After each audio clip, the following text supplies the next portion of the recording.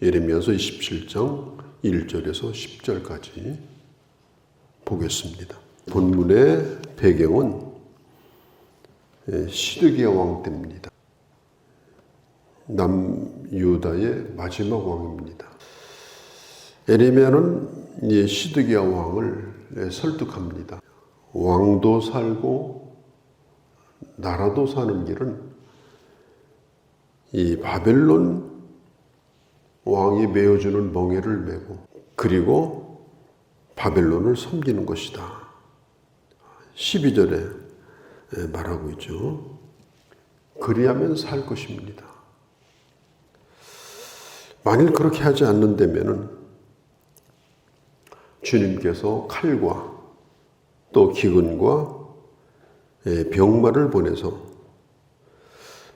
이 백성들을 고통스럽게 할 것입니다.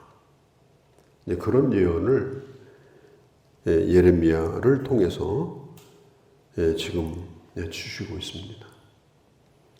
오늘 이 본문 말씀의 시작을 보면은 지금 이 시드기야가 예레미야 선지자가 계속해서 바벨론에게 굴복을 해라. 그리고 연단을 받은 다음에 이 나라가 다시 설 것이다.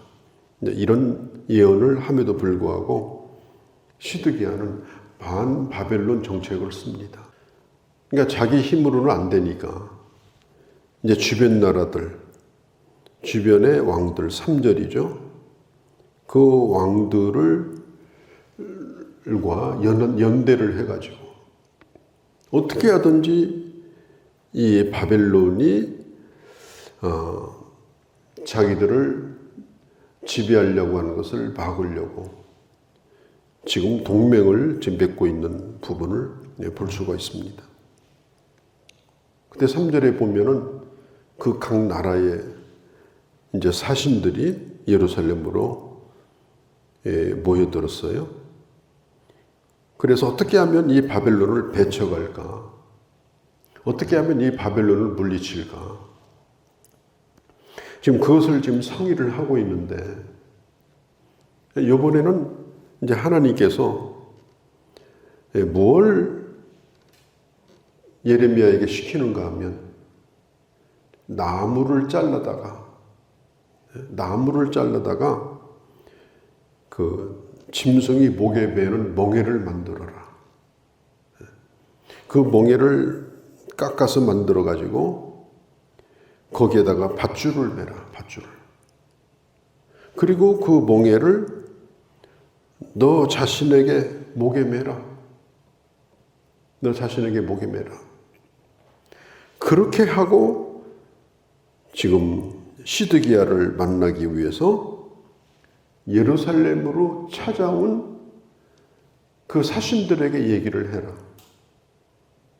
만일 계속해서 이 바벨론을 대적하고 그리고 싸우려고 한다면은 망하게 된다. 당신들도 망하고 예루살렘도 망하고. 그러니까 당신들이 사는 길은 뭐냐? 바벨론이 메어주는 멍에를 지금 나처럼 매라, 나처럼. 그리고 바벨론이 끌고 가는 대로 그냥 끌려가라. 항복해라. 그게 우리나라도 사는 길이고 당신들의 나라도 사는 길이다. 그러면서 예레미야가 뭘 얘기하느냐? 당신들의 본국으로 돌아가서 빨리 바벨론의 항복을 하라고 얘기해라. 지금 나라와 나라가 동맹을 맺고 지금 바벨론을 대적하려고 말하자면 특별 사절단이 와서 지금 서로 외교를 하고 있잖아요. 그런데 선지자라고 하는 사람이 나타나가지고 막 이런 얘기를 하는 거예요. 동맹 맺으면 안 된다. 동맹 맺으면 바벨론에게 다 죽는다. 그냥 끌려가면서 사는데 싸우게 되면은 이제 하나님께서 칼과 기근과 전염병을 보내가지고 이제 다 죽게 될 것이다. 자, 이런 얘기를 하고 다닌다면요. 이건요, 반바벨론 정책을 쓰고 있는 시드기야 왕과 정면으로 이게 부딪히는 일입니다. 국가의 정책을 반하는 행동입니다. 그리고 어디를 가든지 그렇잖아요. 싸우자는 쪽이 있고 싸우지 말자는 쪽이 있고. 그러면 예레미야가 이런 예언을 할 때 싸우자는 사람들은 예레미야를 볼 때 완전히 저 사람은 패배주의자다. 패배주의자. 또 사대주의자다. 큰 나라라고 무조건 섬기냐. 길고 짧은 대봐야지. 싸우자. 우리는 싸우다 죽더라도 바벨론은 싫다. 이런 국민들이 있을 거고 또 지금 왕도 그런 사람이거든요. 그러면 예레미야가 이런 예언을 한다면 이게 상상이 됩니까? 목숨이 10개가 붙어 있어도요. 이거 살아날 수가 없습니다. 그러니까 예레미야도 괴로운 거예요. 따지고 보면. 왜 하나님께서는 이런 굳은 일을 나한테 시키나? 그냥 망하게 내버려 두시지. 이 말씀을 전하지 않으려고 이제는 다시는 말하지 않겠다고 이제는 집 밖에도 안 나가고 문을 그르지 않고 견뎠는데요. 중심이 불붙는 것 같아서 견딜 수 없어서 또 나가서 예언을 할 수밖에 없었던 그런 예레미야의 모습을 우리가 이미 보지 않았습니까? 참 이해가 안 되는 일이죠. 그러니까 왕도 싫다. 우리는 작은 나라라 하더라도 그렇게는 안 하겠다. 또 방백들도 싸우다가 죽자. 지금 그렇게 하고 있는데 유일하게 지금 이 예레미야만 이렇게 하니까 비겁해 보이고 참 우리가 입장을 바꿔 생각해도 그런 사람을 선지자라고 불러줄 수 있겠습니까? 그런데 그런 상황에 가서 또 그런 얘기를 해야 되는 지금 이런 상황 가운데 지금 놓여 있는 것입니다. 우리는 하나님의 주권을 믿는 사람들입니다. 역사의 주인은 하나님이시다. 모든 것이 합력하여 선을 이루신다. 내가 구원받은 것도 하나님의 주권 속에 있다. 하나님의 예정, 나를 예수 믿게 해주신 것도, 나를 거듭나게 해주신 것도, 내가 마지막 날 하나님 앞에 가는 것도 다 하나님의 주권 가운데 있다. 또 이 세상에서 겪는 모든 일도 하나님의 예정 가운데 있다. 이런 생각도 해봐요. 왜냐하면 우리가 그동안에 너무 예배를 허술하게 생각하고 그냥 모고 싶으면 모고 말고 싶으면 말고 아마 지금도 뭐 그런 개념 없는 사람들이 또 뭐 있습니다만은 근데 이런 것들에 대하여 하나님은 다시 한번 우리에게 교회가 제대로 하지 못하면 이럴 수도 있다. 바벨론을 통해서 성전도 문 닫게 만들고 불태웠는데 이럴 수 있다. 이것은 그들의 책임이 아니라 우리가 잘못한 것이 더 많다. 우리가 이런 것들에 대한 하나님의 경고가 아닌가. 이것은 서막에 불과한 것이다. 이것은 시작에 불과할 수가 있다. 그리고 더 큰 그림으로는 모든 것이 합력하여 선을 이루시는 하나님의 큰 그 은혜의 과정 가운데 우리는 지금 처해 있는 것이다. 그렇게 생각을 해보기도 합니다. 지금은 뭐 할 때냐? 이런 고민을 하게 되는 거죠. 정말 입을 다물고 있어야 될 때냐? 아니면 싸워야 되는 거냐? 시드기야는 가만히 있으라고 했는데 싸우다가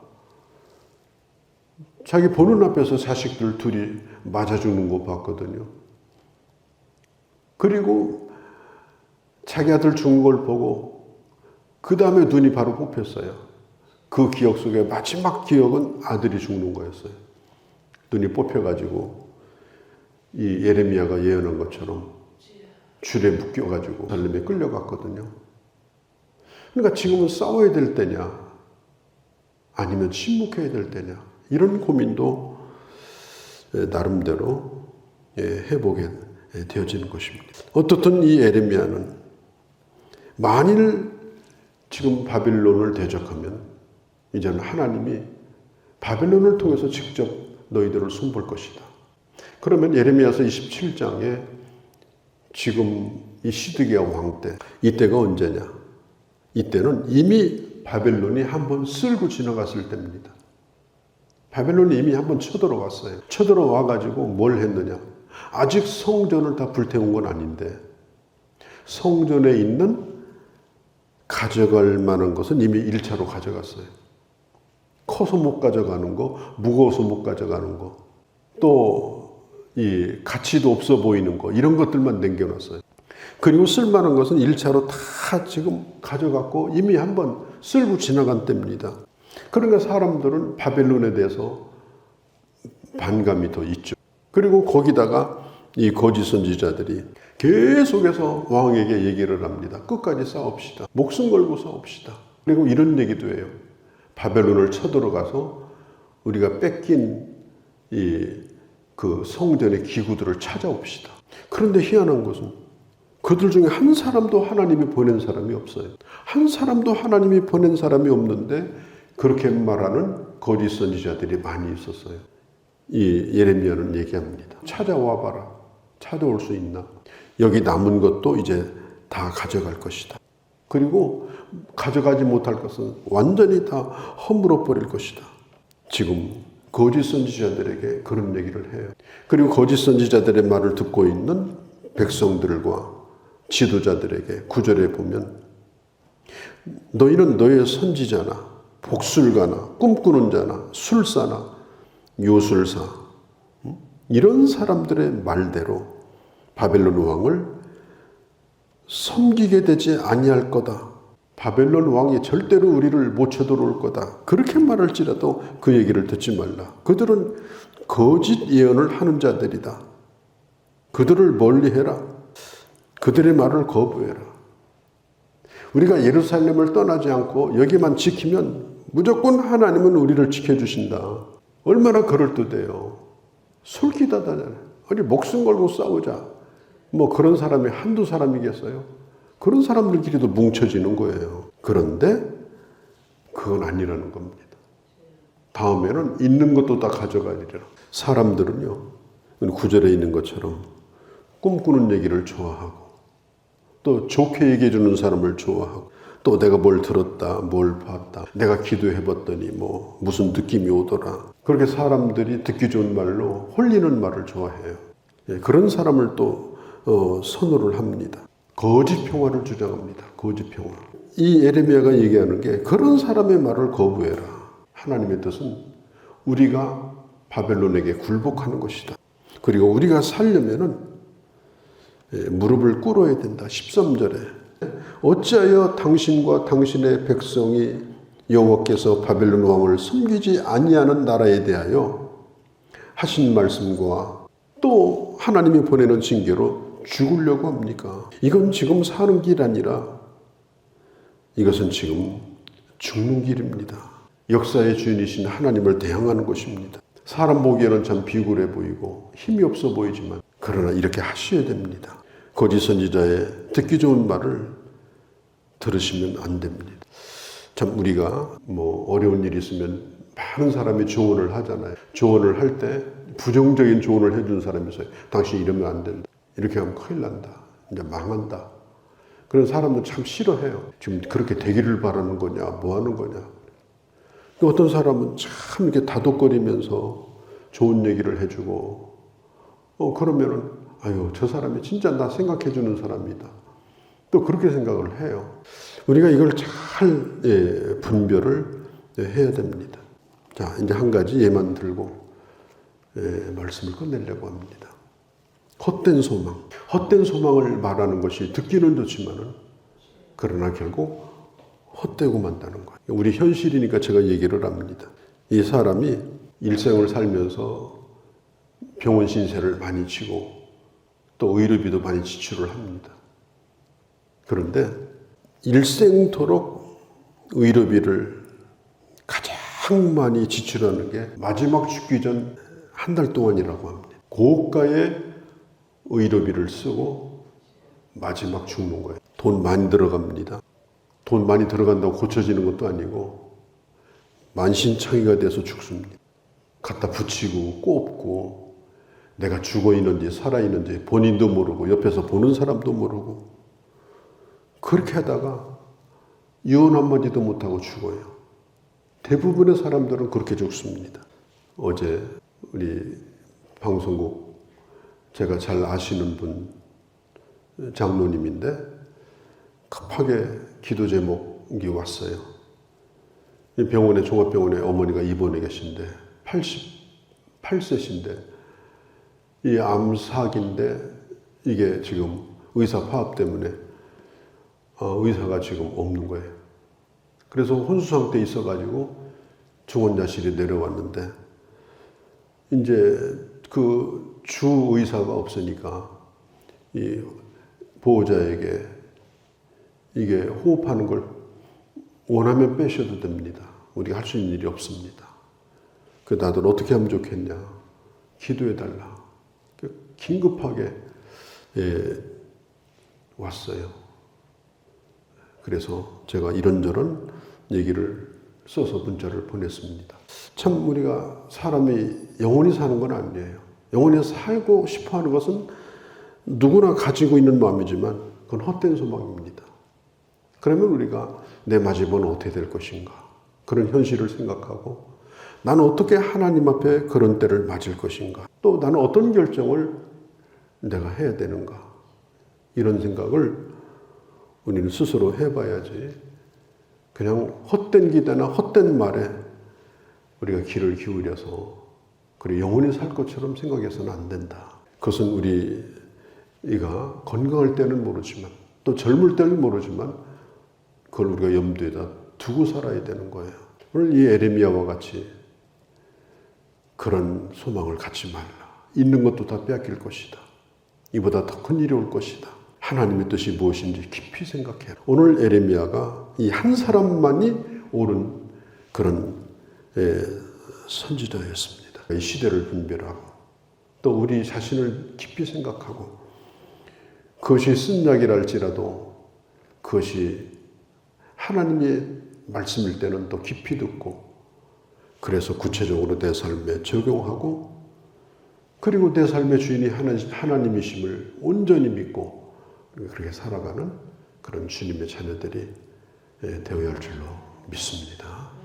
거룩하신 우리 아버지 하나님, 오늘도 저희들을 불러주셔서 이 말씀을 들었습니다. 역사의 주인이시며 내 삶의 주인이신 하나님, 어느 순간에는 모든 소망을 놓아야 되고 하나님의 손에 맡겨야 되는 그런 시간도 우리에게 분명히 올 것입니다. 건강할 때 하나님의 주권을 믿고 그리고 하나님 앞에 온전히 순종하는 그런 삶을 살게 하여 주시고 그리고 하나님의 뜻에 모든 걸 맡기고 주의 뜻을 따라 살아가는 저희들 될 수 있도록 저희들을 인도하여 주시옵소서. 예수님의 이름으로 기도하옵나이다. 아멘.